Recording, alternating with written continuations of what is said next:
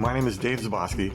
I'm a classically trained painter and illustrator, and I was an animator at Disney Studios during what was called the second golden age of animation. I was there for Beauty and the Beast, Aladdin, Lion King, Pocahontas, Hunchback of Notre Dame, and all of those other classics. I've worked for the studios. I left the studios to start my own consultancy on the technology of imagination, and that has led me kind of all around the world to talk about how do we turn a thought into a thing. Currently, I'm the Chief Creative Officer and co-founder of a company called Laetro, Laetro.com. It stands for Maestros of Light. And we're like a marketplace that aggregates elite creative talent on one side and enterprise clients on the other, and we facilitate the admin in between these amazing creatives and artists and the companies that they do creative work for. And in this new landscape, we've also created an AI tool that supports the creatives in a kind of new way of being able to help creatives flourish, which is our mission. So that's a little bit about me.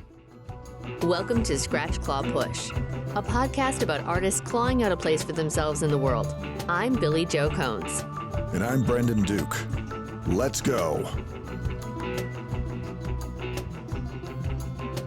So you just going to go right to the AI thing right up front. I mean, so tell us. That's kind of the hot topic of the moment now, because I mean, I swear I can't scroll through my social media without seeing at least 5 to 10 AI images a day. And like, how are you trying to do that in a way that is not problematic? Right. I mean, look, if we were back in the day, we'd be going, have you heard about this thing, electricity? It's amazing. It's probably going to be everywhere. Oh, yeah, man, that whale fat? No, we don't need that anymore. You know, it's like we are in, I believe, as important an industrial revolution shift as electricity was. It's going to be everywhere. How we navigate it is the real issue. Where are the guardrails? I mean, yeah, did I just launch us into a talk on AI? You know, we've got 500, maybe almost 600 creatives in our cohort right now, in our Laetro community. We have to address this. And so we do have core services, traditional things that our creatives do. But even then, are they traditional? Everybody's painting with digital systems now. There's been a shift in the creative métier in the last 20 years that is greater than it's been in the last 500. So we have to address it. And we're addressing it on every level, the philosophical level, the legal level, the practical level. How do we move forward in this new landscape? It's a big deal. Yeah. And it affects all of us as creatives. I mean, as a voice actor, that's the topic that comes up over and over and over again all the time now. But you started you said classical training as a painter. Yeah. Yeah. Oh. So when you went into it, I mean, when you got your training, what did you think you would be doing after you graduated? Well, you know, I actually see myself more as a storyteller, and then these are tools that I use to tell stories. And when I stay in that space, and especially with regard to this sort of entrepreneurial journey, then my tools are going to change, but my core mission doesn't. So if my core mission is to be a storyteller and to help people tell great stories, then my skill sets are sort of constellated around that. But they might change. Like I might use writing for one thing, or I might be on stage and do an oral thing, or I might train a group on how to plus each other, be additive to each other. You know, we're going to have changing tools, and so how we navigate the changing tools but maintain our core, you know, impetus. I think that's the game. The landscape's always changing. So how do you go from being a painter to winding up being an animator for Disney? Well, yeah, it's funny. I didn't know any artists when I was growing up. I've done a universe of drawing in my life. It was an obsession.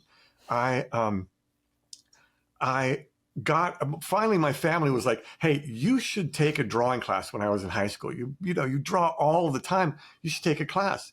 So by the time I got into high school, I was like, all right, cool, I'll take this class. In high school, those art classes kind of are blow-off classes. Like, I think my teacher at the time had been so sort of jaded by the system and not seeing anybody who really cared about art. She created a system where you get 10 projects, 10 points a project, and if you're not really an artist, you can still succeed at it. But I wanted to learn how to do better the things that I really loved already. So she would give an assignment that was like, draw this sphere lit this way. And I was like, okay, well, that's pretty cool. What if I drew an Indian head by a Native American head by Edward Sheriff Curtis with pen and ink instead of charcoal? So like, I would take her assignments and I would expand them to challenge me. But then you put them on the rail and you go, well, one of these things is not like the other. And so I got a D+ in high school art.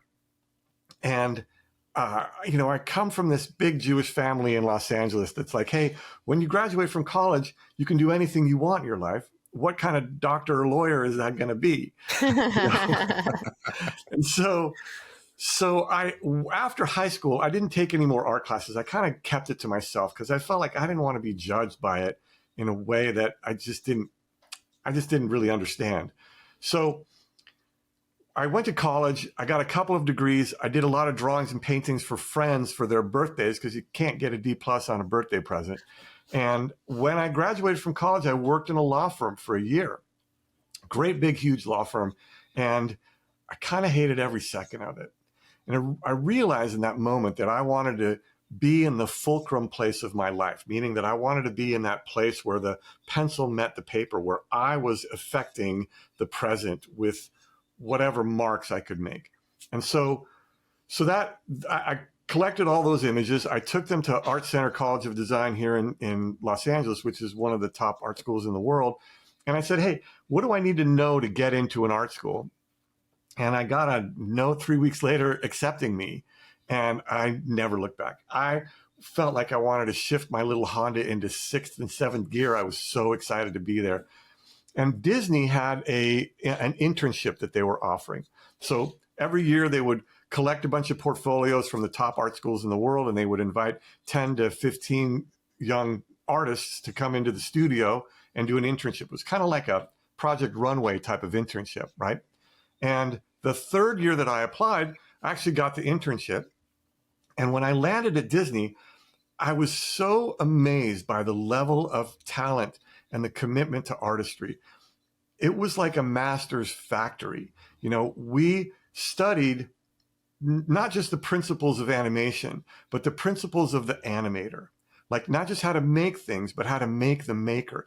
And for me, that really was the shift for that idea that I might work for a company, but my skills, my abilities, my manifestation of the, not just the talent, but the execution of it, that's up to me. And so that's the place where I really learned, even though I was working at Disney, I really learned to own my own skills from the inside out. Does that make sense? Yeah.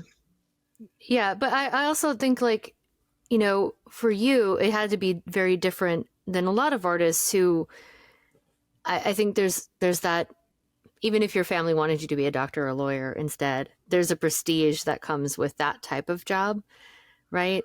That if you say, well, I work for Disney, and people are like, oh, right? So well, look, there is now. There is now. Not then? But no, I mean, no, not really. Back then, you know, they had done Little Mermaid, and they were just finishing Rescuers Down Under. But Disney hadn't done a lot for many years, like Black Cauldron and things like that. So when I got a job at Disney, a lot of my artist friends were like, hey, man, you sold out. What are you doing over there? Right. And my family was sort of like, well, that's nice, but isn't that stuff all, you know, are they still making movies, or isn't that done by computers? Or that nobody really knew what animators were or did. You know, we did Beauty and the Beast, Aladdin, Pocahontas, Lion King, Hunchback of Notre Dame, and then kind of after Beauty and the Beast was nominated for an Academy Award, so that started to light things up. But it wasn't until, a couple of movies in where they were like, oh, hey, there's a streak going on. Mm-hmm. It's like, oh, those guys won the World Series. The third time they win the World Series, they're like, okay, now we're talking dynasty. And so it really wasn't a thing at the time. Like when I would talk about being an animator, they're like, what does an animator do? So, when I was there, it was less glamorous than it is now. So how long did you work there? I was there through almost all of the 90s. Okay. Yeah. So by the time you got out, though, there was obviously a prestige to it. There was, but it was also a shifting landscape. I was there and I could see the movies that we were going to make for the next 10 years. And for me, I felt that we had this incredible machine to tell stories. And then we started to kind of tell the same stories over and over again. And if you think, I ask folks, name a movie that Disney made between, let's say, after Lilo and Stitch and before, like 2002, and before Wreck-It Ralph in 2012. Like you can name all the ones that they did in the 90s. Mm-hmm. How about the aughts? And I think management there changed their view of the power of story versus the power of an already provable product. Like if you tell original stories, you risk the loss of interest. But if you do 1, 2, 3, 4, you have a built-in marketing department. Like there's an assurity that the golden goose is going to keep laying those eggs. And yet that isn't always true, right? I mean, yeah, it certainly wasn't. I mean, I dare anybody to name the movies that Disney made between 2002 and 2012. Isn't that usually the case though with Hollywood? Right. Though it's always that first the thing is it is risky, then it becomes a success, and now it's all we want to do until people lose interest, and then then the cycle starts over again. It's then someone else comes along and takes a risk, and round and round they go, because like you think of. For a long time, comic book movies were not a thing. And then Marvel comes along and makes a few of them. And then it's like now the marketplace just gets flooded to the point where now people are just like, if they see something, they don't love it. Like, oh, maybe we don't go. We'll just wait for it to hit streaming. And now everybody's in crisis again and looking for the new thing. I think that's one potential mechanism, Brandon, for sure. But I also think a good story is a good story. And one of the things that happens in that scenario you're talking about is a sort of repetition. I think what Marvel's done pretty well is not repeat themselves. They keep moving, adjacent to different stories. But I think we're starting to get onto them, because the most powerful story is the origin story. How did we get started, right? And so we're kind of through all of the origin stories for everybody. We've got all, like we did origin stories for the individuals. Then we did origin stories for the collective. Now we're on like the second origin story. If you look at Guardians of the Galaxy, and that first one was an origin story of all 5 of those. Now the second, the third Guardians of the Galaxy is actually an origin story on Rocket now. And so we're still telling origin stories. And I think that that's where people start to get fatigued. It was the same thing at Disney. We told that I don't belong here. Where do I belong? Oh, I belong over there story. And that just, you can only tell that so many times. You need a new story. It's interesting that you say that. Do you have a favorite story archetype? Well, as a student of story, I really am enjoying watching these evolutions of story. And so, for example, this is a perfect thing that we're talking about. Like in the sort of in the ecosystem of story in Western civilization, we have this thing called the hero's journey. There's multiple different kinds of stories, but we've really homed in on the hero's journey. And it's been in our collective awareness for the last, I don't know, since Bill Moyers and Joseph Campbell did The Power of Myth in the mid 80s. It moved into Star Wars, and Star Wars became a kind of seminal hero's journey story. And then what I like to watch is the evolution of story.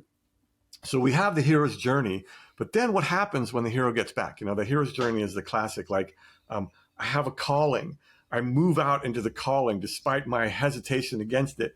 Then I meet some old guy who gives me a mission, and I go on this mission. And in this mission, I fight this great, beast of some kind. I vanquish the beast.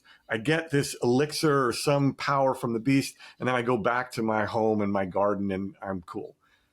And there's this evolution that I think is really powerful by this philosopher called Joanna Macy. And she says that the evolution of the hero's journey is turning into what she calls the kindred quest. That is, that once you get back to your garden, you can't just plant your own garden. It has to be a community garden. You have to take these inimitable skills that you've built in this journey, this hero's journey, and now use them for a greater good. And in fact, that's the evolution that I'm seeing happening in real time with our stories, like Marvel. All those guys were individual heroes at one point. Now they're a collective. I sort of feel like it's a shame they call themselves the Avengers, because like now they got to avenge stuff, like if they'd call themselves the Peacemakers, it might have been cool, but they're like hanging around going, ooh, how's it? Oh, hey, is that guy doing something we need to avenge? All right, let's get into action. It's like we have to wait for something to happen. But the point is that there's this collective now, this idea that these heroes can all come together in this kindred quest. And now you're starting to see it in a bunch of different places. You even see it in entrepreneurialism, where LinkedIn, for example, is an amazingly generous platform, like this idea of social selling, where you deliver value first, where you find your kin. You go to things like South by Southwest or these conferences where you can link up and magnify your powers. I think we're less in the world of cutthroat competition now than we've ever been. We're really feeling this story of a kindred quest. Who else is adjacent or parallel to your path that you can walk with them and empower each other? That's interesting that you say that, because it feeds right back into our general, topic here. And then also when you were kind of talking about what improvisers call the yes and, right? That creative, building, that's so important. And people think like, oh, to get ahead, I have to be cutthroat and I have to do better than somebody else or be ahead of somebody else. And it's like, well, no, what if we all just help each other out, right? Our motto at Laetro is we rise together. It becomes a kind of algorithm that we can use when we're looking at like, how do we make a decision about something? I do think that, there's I think this exciting evolution in story towards this idea of kindred quest, that it's not a zero-sum game anymore, meaning like it's not just a winner and a loser, that there is a potential for us to help each other rise. And we see that in entrepreneurialism and business, and it really makes a difference. Like collectives coming together to share resources or to support each other, to yes and each other. At Disney, we had a term called plussing. To plus something was to be in service to the trajectory of the idea, not the ego that brought it. And that was a powerful tool for us to be generous with each other, receptive to each other, and committed to the growth of the project, to tell a bigger story than any of the egos involved. So at what point in your journey or in your path, like what was the inciting incident or the culmination of events that made you want to start Laetro? Well, I've been consulting with companies on this idea, the technology of imagination, for a lot of years. And it had taken me kind of around the world. And I met my co-founder, Brett Wilms, who was a senior marketing exec at Google. And the two of us started to talk about the challenges that creatives face from the creative side and from the company side. How do companies get good creative work? How do creatives work with companies? the entertainment industry has the best artists and storytellers in the world. Most of them want to work in the entertainment industry, and they get trained by their education to aim at that industry. It's not the only industry that does creative work. And so we started to look at, well, could we bring some of these guys from the entertainment industry over into the other places where their creative talents can serve? And so the agency models they're challenging.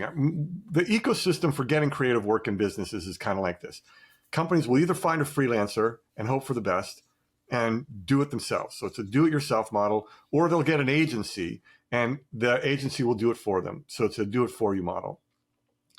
Rarely do companies have enough people on board to be able to do the creative stuff that they need. So they've got to either find an agency or find some freelancers. So they either do it yourself or do it for you. Could there be a do it with you space? And that's what we thought. Like, could we actually bust up this agency system that is pretty fat? Like, there's a lot of extra in the agency system. Like, you get it, it's not very transparent, and it's limited to a certain number of creatives. We have almost 600 creatives in our cohort right now.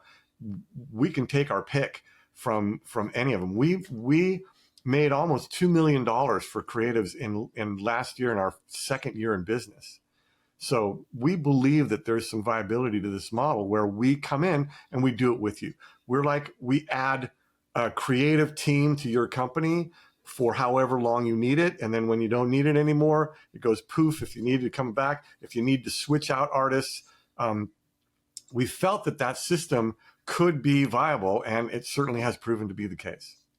So it sounds like it's just very responsive. I saw, and I'm going to forget his name right now, but somebody in the group posted about this the other day, about the agency system being broken and how, if you try to incorporate them in-house and have an in-house creative department, then you don't get the same outside view. And so you kind of need the outside view to tell them, like, hey, well, this is what we see. But then Right. if you are having that outside view in an agency, then there's all the excess, right? Which is kind of on the agency and kind of on the clients, because the clients expect a certain thing. They expect to go out to really nice dinners, and they expect to be flown to exotic locales and be put up at the Fairmont Hotel and all this stuff. But then they're paying for that in the long run, Mm-hmm. right? And so it's like they want to be wined and dined like it's Mad Men era, but then they don't want that price tag. And so something has to give, right? Yeah, I mean, I think that's an old model. Mm-hmm. And especially now with these new technologies coming in, there are potentially scalable solutions. Like to hire an agency. I mean, it's $50,000 to do a 2-minute explainer video. It's $350,000 to do a rebrand. Could you streamline that a little bit? We have the best storytellers in the world in our cohort, and rebranding is storytelling. So, I think that's the, entrepreneurialism is about, kind of finding an innovative way to solution a problem, right? So it's like we say that innovation is purposeful creativity. So it's about looking at the landscapes and seeing, like, how can we be of greater service? So speaking of the innovation in branding, when you moved on from Disney, how did you rebrand yourself as an entrepreneur? Was there any struggle in that, or was it pretty easy? No, man, I think I'm still rebranding myself. I honestly, in the past, I had never really thought about, yeah, that is tricky. Artists have a style, but the style is a function of how you filter the world. And I think a brand is the same thing. For me, there's really what I like to think about as a story constellation. A brand is kind of a too simple of a way to put it, especially for an individual entrepreneur. It's not like, oh, I've got to figure out what my brand is. What's my brand? I think that's I'm going to be a little controversial. I think it's old news. I think being, like figuring out what your brand is, what is a brand? It's that fire stamp that they put on your rump. It's like it's an identifier. That's cool, but does it really tell your story? And so when I think about what I'm constructing, I want to be constructing a kind of story constellation. And so if I can line those out for you, it's pretty simple. The first story is the story of your product or service. What do you do for others? Now that is what most people think about as a brand, but I don't think that that's enough. So anyway, that's one. One is what's your product or service? What do you do for others? The second story is the story that the customer tells about you. That's your reputation. The third story is the story that you tell about the customer. That's the avatar or the customer journey. The fourth story, and this is the one that I think is the most important, is the story of the storyteller. Who is telling the story? So crafting that piece, that's the who I am, how I got here, and why, right? So who am I? Like, what is the beingness? Not just the doing. It's not just here's what I do, but I do this because. I do this because I'm passionate about story. I believe, for my example, I believe that story is one of the most powerful creative forces on the planet. In 100 million species over 4 billion years of life on this planet, one species has the capacity to tell stories, and that has made all the difference. And so for us to be able to get our hands on the knobs and dials of this powerful tool of storytelling inspires creativity in every direction. We manifest our world through it. That's my why, right? That's the story I'm living. That's the story of Dave the storyteller. Is it a question more of getting people to invest in the artistic process than necessarily a specific piece of art where someone says, I want, like a client will come and says, I want something that looks like that, versus saying, I like this person's general vibe and I want to just kind of go bring that on and see how it can manifest as something that works for me? Yeah, well, I think it's the latter. I mean, I sell more commission work to people who like me than people who are specifically looking for, a rigid brief that they want, right? Mm-hmm. And so that's the. I think that having a handle on these stories, understanding like what do you do for people? What's your reputation for them? How do they find you? And why are you doing it? That's the basic understanding of those 4 stories, right? That constellation really creates what we would call a brand, right? So it's outward facing, inward facing, from above, from below. These are stories that are part of the story constellation, and being responsible for all of those stories helps your brand. And there are tools for research. What do people think about you? Why are you here? Simon Sinek has a fantastic book about why. I think that's a seminal book for people to look at about why do they do what they do? What's their story? So let me ask the question a different way then. Yeah. So how did you move from Disney and where did you go after that?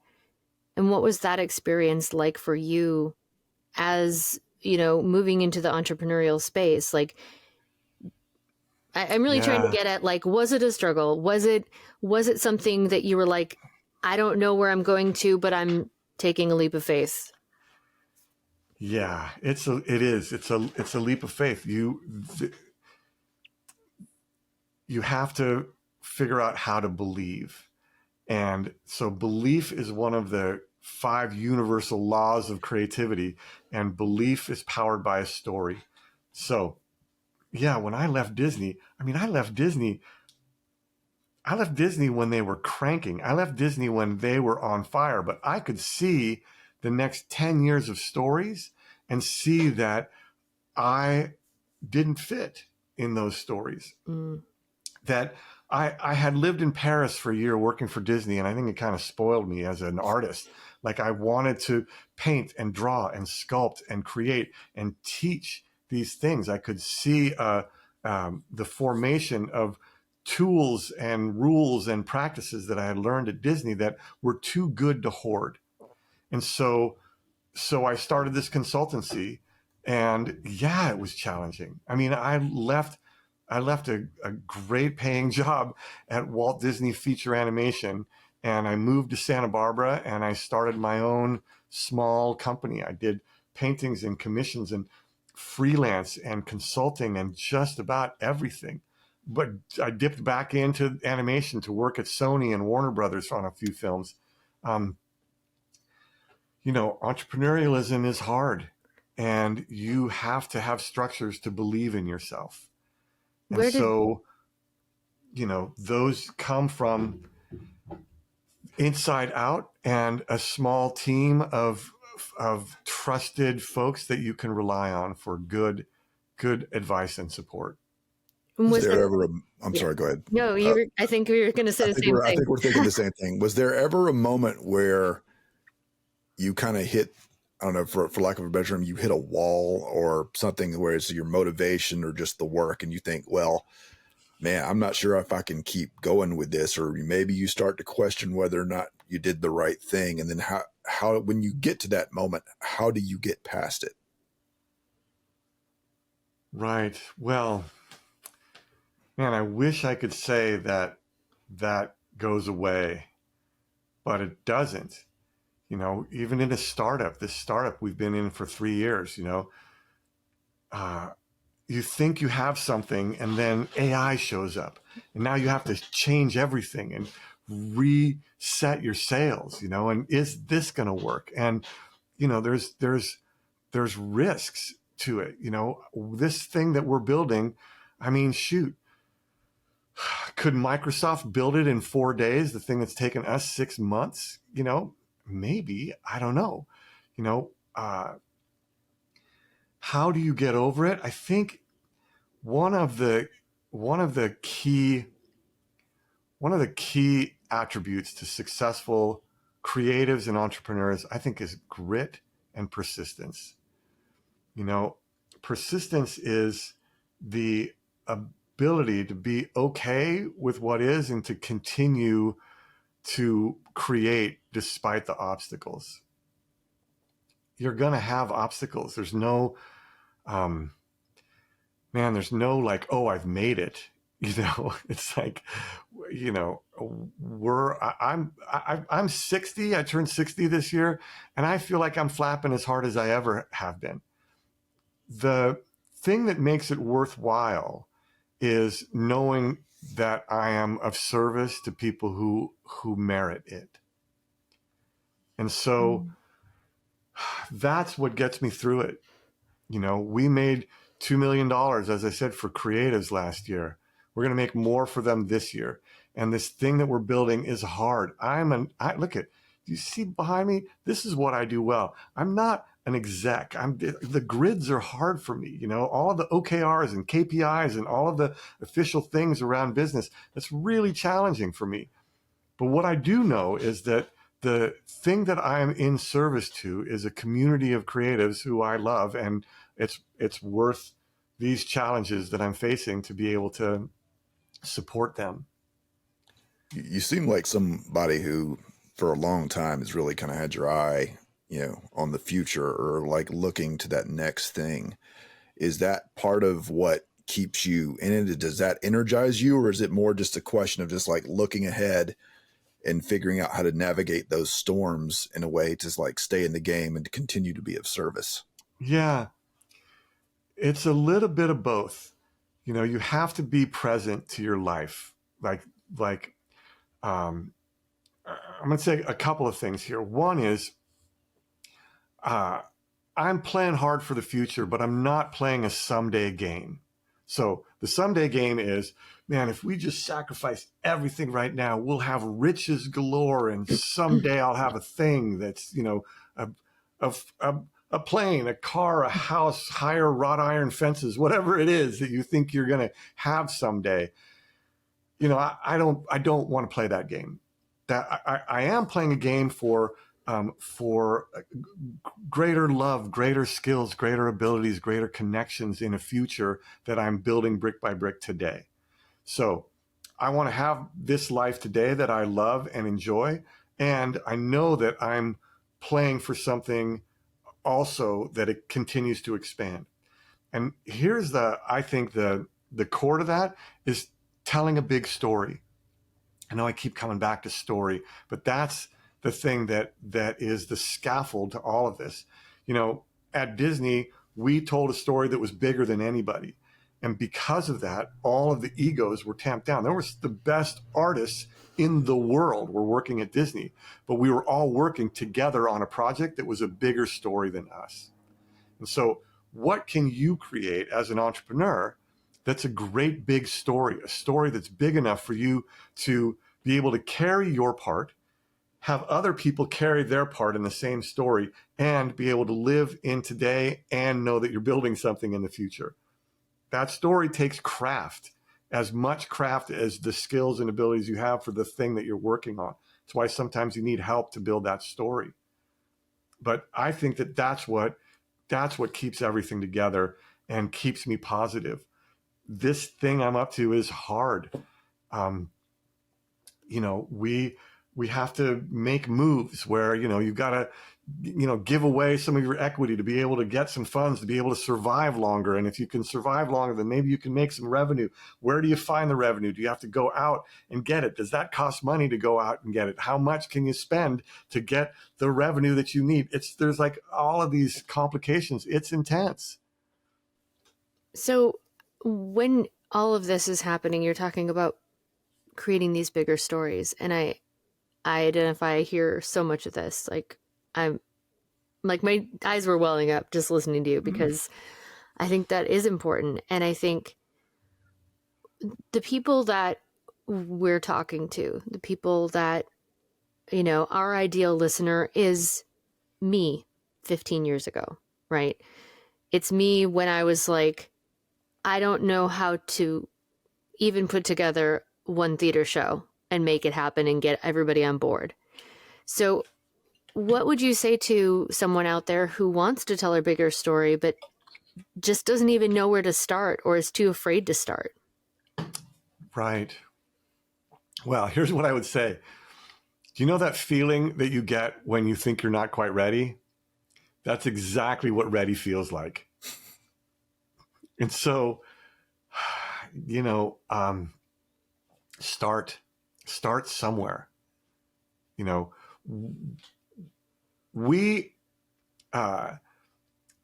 My mentor once said to me, when I was kind of complaining about doing 24 passes on a piece of animation that had 115 drawings in it, and he said, hey man, don't worry about your drawings. Just imagine them blown up 100 times their original size, shown in front of millions of people all over the world forever.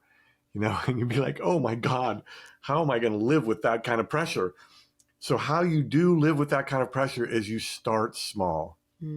We had drawings that were called thumbnail drawings. So when I would meet with the director and say, hey, here's your scene, I would come back and I would show him thumbnails, basically literally drawings of my character that are the size of my thumbnail, right? So that's where my thinking would start. And I would have 10 of those drawings in a row, sort of identifying the action. And then we could talk about that.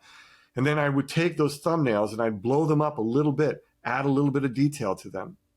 Then I would take those, blow those up a little bit, however many times it took. Sometimes I would shrink them back down and go back down to the silhouettes. you can start small. It's okay. But everything that's on the walls of the Louvre or the Getty or any major museum, man, they got there because people started with a small idea and they were persistent to continue to expand on that idea until it made it to the wall of the museum or the screen or the road or whatever it is that you're creating.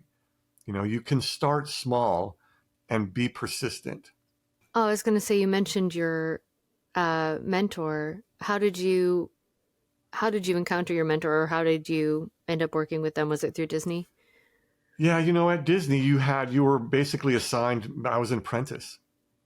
That's a really challenging thing these days because in a freelance world, how do you find a mentor? How do you apprentice to somebody? Everybody's flushed out after every project. That's one of the things that I'm really excited about Laetro, is that we actually have a community of freelancers, right? Like community and freelance don't go together. Now they do.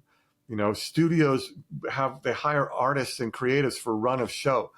I talked to an artist last year who got a week-long contract for Disney to do some work for them. Right. And then they pay like a net 90. You can't even remember what you did by the time you get paid for it. So we creatives, we have to create opportunities for mentorship for a bunch of reasons. One is that's how a creative gets better. You get better when you teach something. Mm-hmm. And so I think that that's something that's kind of missing that I'm intending to continue to create while at Laetro. So no, yeah. What are some of those biggest hurdle? Like being someone that works with so many creatives. What are some of the biggest hurdles you see people having to or needing to overcome as they're trying to kind of get in there and get established? And like, how do you help them? Right. Well, yeah, that's where your kind of style and brand comes in. But I think that, you know, you kind of got to find the fishing holes. You know, if you're an entrepreneur, go to the conferences, meet people, build your network. You know, go to places where your customers and your collaborators are located. Now that the pandemic is over, that stuff is starting up again. And I think it's important to be able to be in real life with people, you know, to share and hear stories, to build networks authentically. I think that's one way of going about it. Finding a team that you can continue to work with, supporting each other. I love that you said that, because I just got back from a voiceover conference last week, and I hadn't been there. It's in town, so it's not like I had to go far, but I hadn't been to the one in person since 2019. And I almost wasn't going to go, but I got a scholarship and got to go. And it's so important. Like you said, being in person, it's just a different thing, and it bonds people in a different way. And I remember reading or hearing something about, there's scientific studies now about our breathing and our heartbeats and the rhythm of us as human beings. You know, I don't know what it's called, but like there's waves, you know, we are circadian rhythms, or is that just sleep? No, not circadian rhythms. It's like literally the energy waves, like being on the same wavelength is a literal thing. And if you're not in the same room with someone, you can't be on the same wavelength like that. You don't sync up in the same way. It is definitely challenging. I mean, you know, I do some work with Jet Propulsion Laboratory, and they were telling me that they have all of these instruments to collect information from the heavens, and instruments that go ultraviolet and infrared and everywhere in between. We receive 1/10 trillionth of the total possible energy raining down on us at any one time. So 1/10 trillionth, if you double that, it's 2/10 trillionths, or I don't know, 1/5 trillionth, whatever. We're missing a lot already. And so being in a room with somebody you can say, oh, well, you're feeling their energy or whatever, but you kind of are. Like the idea that we're only receiving 1/10 trillionth of the possible energy, you got to say, like, anytime you can up that, it's a meaningful improvement. And, you said that it was in town. I mean, you can start where you are. Mm-hmm. There's Rotary clubs and what's it called? The speaking. Where It's you like know what Toastmasters. Toastmasters, right? Yeah, there's Toastmasters. There's Rotary clubs. There's organized things. If you're into storytelling, there's readings at your local bookstore. There's there are events around. If you have a local business, then get local. If you've got a bigger one, then go to the conferences where your customers and collaborators are. You went to a voiceover conference. Are those your competitors or are they your collaborators? Your job, especially as a voiceover actor, is it's not just solo all the time. Like, you might have places where you're bouncing off of people. You have to have others to be able to succeed. Yeah. I mean, I think it's different in the acting world, especially on camera or musical theater. It's a lot more competitive, and people act more like it's competitive in those worlds. I've been there. Voiceover world, people don't act like it's competitive, and that's what I like about it, is that it is, the things I've loved the most have been like the stage work where, like, devised theater, where we're working together as one organism almost to create a show. Right. We're feeling each other's energy, improv, and those things, because I like becoming part of that hive mind. So, well, I'll tell you, I'm going to sound like a broken record, but it comes back to story. What story are you all telling? Is that story something that you can all find a part to play in? And so at Disney, for example, we were not competing with each other. We were competing with the extraordinary legends that came before us, right? The guys who made Jungle Book or Sleeping Beauty or Snow White. That's who we were competing with. And every once in a while, some of those guys were rocking around the halls. They were legends, And so I remember there was one incident where I did the scene of John Smith in Pocahontas where he's kind of hanging from a tree, and he goes, well, it's kind of like this, right? So he sort of does this hand gesture. And man, drawing hands is hard. AI has spent $1 billion on drawing hands, and they still can't get it right, right?